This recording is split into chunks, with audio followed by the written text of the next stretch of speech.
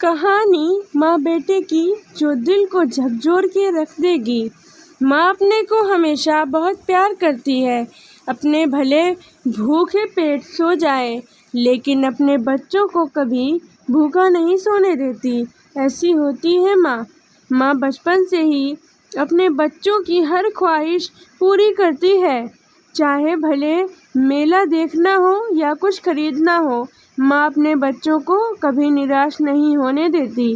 कैसे भी करके उनकी ख्वाहिश को पूरी कर ही देती है। ऐसी होती है माँ।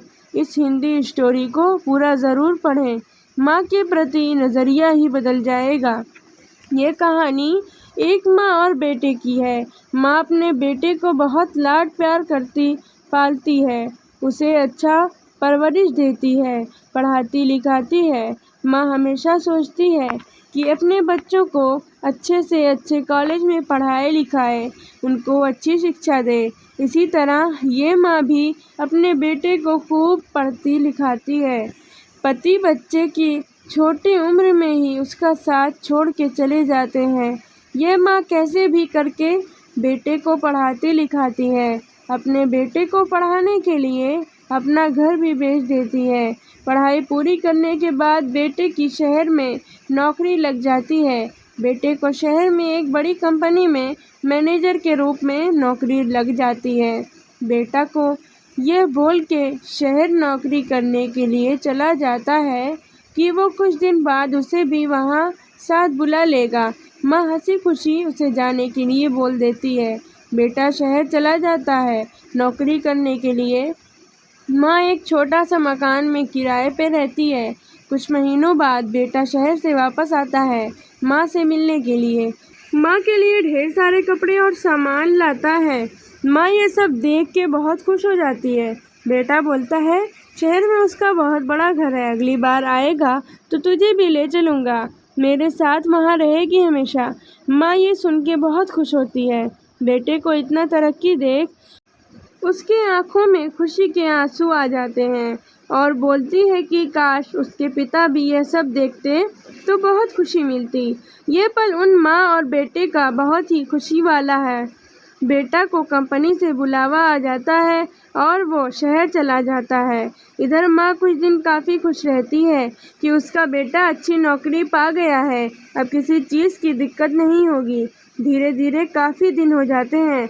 माँ के पास घर चलने के लिए, यहाँ तक कि खाने के लिए भी पैसे नहीं होते। माँ जैसे तैसे कुछ दिन निकालती है। एक समय ऐसा आ जाता है कि उसे 2 दिन से भूखे सोना पड़ता है।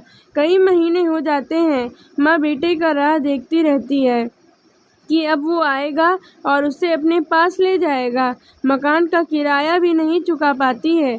मकान वाला उसे घर से निकाल देता है। माँ पैदल रास्ते से जाती रहती है। तभी बगल में उसे एक पुरानी झोपड़ी दिखती है।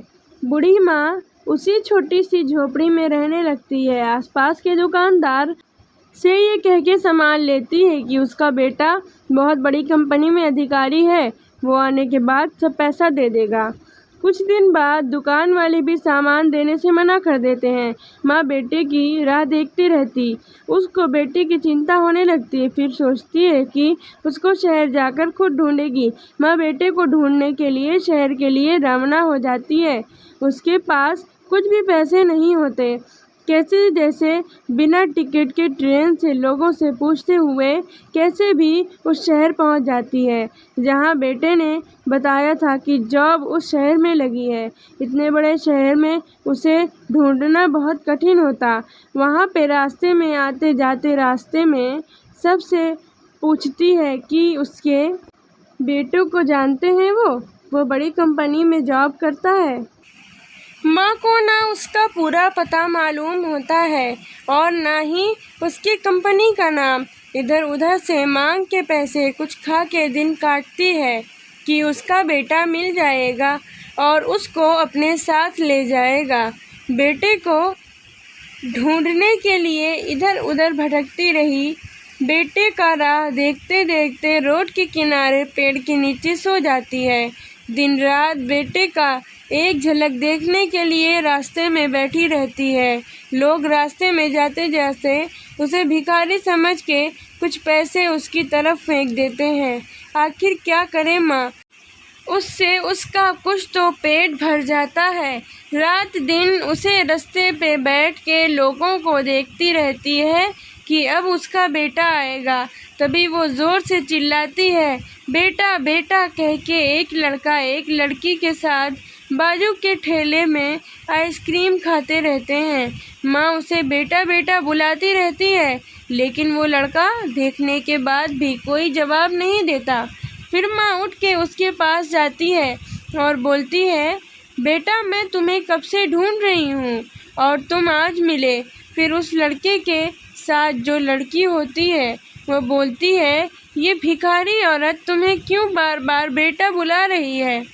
वह लड़का बोलता है, इन भिखारियों का पैसा मांगने का यही धंधा है। किसी अमीर को देखेंगे तो अपना बेटा बनाने लगती हैं।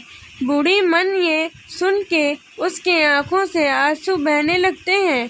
माँ बोलती है, आज तो एक लड़की के साथ कुछ दिन क्या रह गया, अपनी माँ को ही भूल गया। मैं कई दिनों से इस रास्ते पे बैठ के तेरी राह देख रही थी और आज तू मिला भी तो मुझे ही भूल गया। तुझे इतना पढ़ाया लिखाया इसी दिन को देखने के लिए। लड़का वहाँ से जाने लगता है। कुछ दूर जाता है, तभी माँ उसे बोलती है, मोहन तू मुझे छोड़ के जा रहा है, तू तो बोला था कि मुझे लेने आएगा। लड़का मोहन और ये बातें सुन के रुक जाता है और बूढ़ी माँ की तरफ गौर से देखने लगता है। देखते हैं, जोर से दौड़ते हुए माँ की तरफ आ जाता है और उसके पैरों में गिर जाता है। माँ से लिपट कर रोने लगता है और बोलता है, मैं ही तेरा मोहन हूँ माँ। ये दृश्य माँ और बेटे का किसी के भी दिल को छू लेगा। मोहन बोलता है, मुझसे गलती हो गई, माफ़ के लायक नहीं हूँ मैं। मेरी वजह से तुझे कितनी तकलीफ़ उठानी पड़ी, तेरी ये हालत देख के पहचान नहीं पाया, मुझे माफ़ कर दे माँ। बहुत ही दुखी स्वर में बोलता है। माँ ने अपनी पूरी आप बीती सुनाई।